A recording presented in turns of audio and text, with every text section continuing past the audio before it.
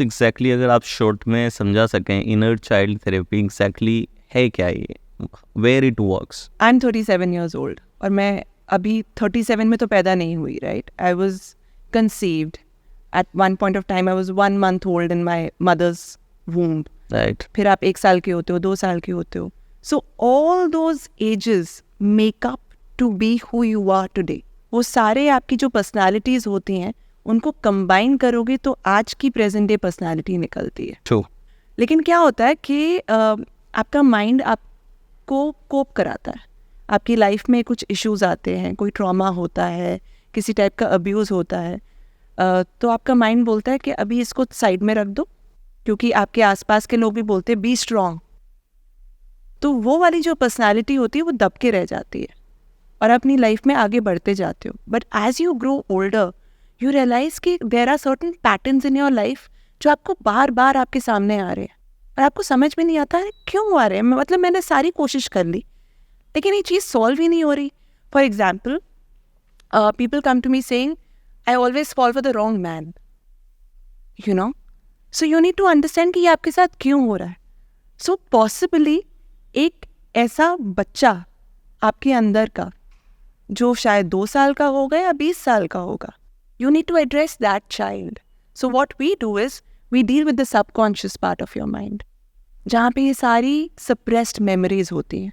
It's like अगर आपके पैर में फ्रैक्चर हो गया है, ठीक है, और आप डॉक्टर के पास नहीं गए हो, आपने उसे एक्नॉलेज नहीं किया है, तो आपकी टांग जुड़ तो जाएगी लेकिन आप वैसे वॉक नहीं कर पाओगे जैसे you are meant to walk, right? So you need to acknowledge the problem and जब आप एक्नॉलेज करते हो अंडरस्टैंडिंग आ ही जाती है।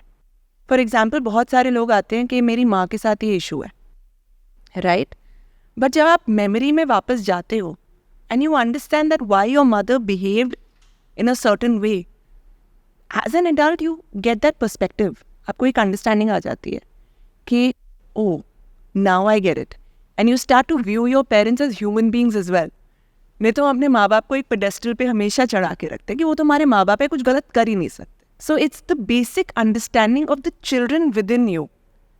जो लेयर्स बनती गई हैं आपकी अलग-अलग एजेस पे। It's like an onion.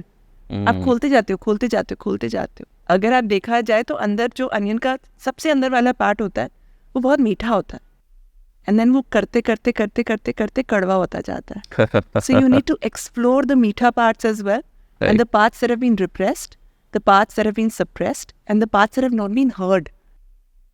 And as an adult ये आपकी रिस्पॉन्सिबिलिटी बन जाती है उन सारे आपके इनर चिल्ड्रन को सुनने की, उनको ऑनर करने की, and that's what we do.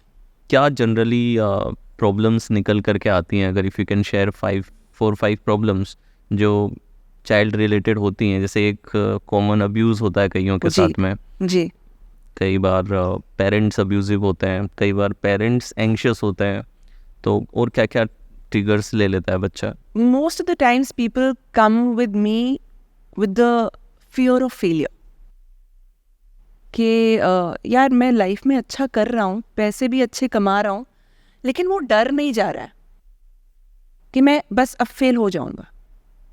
So that is one, fear is one.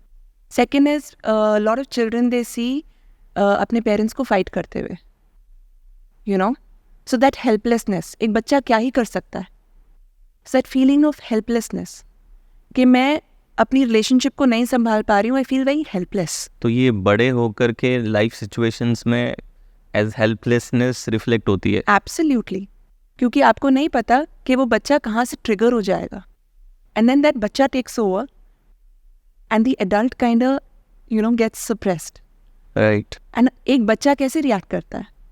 बच्चा तबाही मचाएगा, राइट? अगर बच्चे को आप सुनोगे नहीं, उसको कंट्रोल नहीं करोगे, उसको समझोगे नहीं। A lot of people come with abuse, जैसे आपने कहा, you know, and कई बार ऐसा होता है कि उन्हें पता ही नहीं है कि उनके साथ अब्यूज़ हुआ है। एंड एज अ थेरेपिस्ट ये मेरा काम नहीं है उनको बताना कि तुम अब्यूज्ड हो, तुम्हारे साथ सेक्सुअल अब्यूज़ हुआ है। You just give them a perspective. अब उन्हें उस मेमोरी में वापस लेके जाते हो कि ये हुआ था तुम्हारे साथ, ओके, करेक्ट, ये आप ही ने इन्फॉर्मेशन दी है मुझे, आपको क्या लगता है what happened to you, and then they realise oh my God I was abused, and that's why possibly I do not have that sexual intimacy with my partner.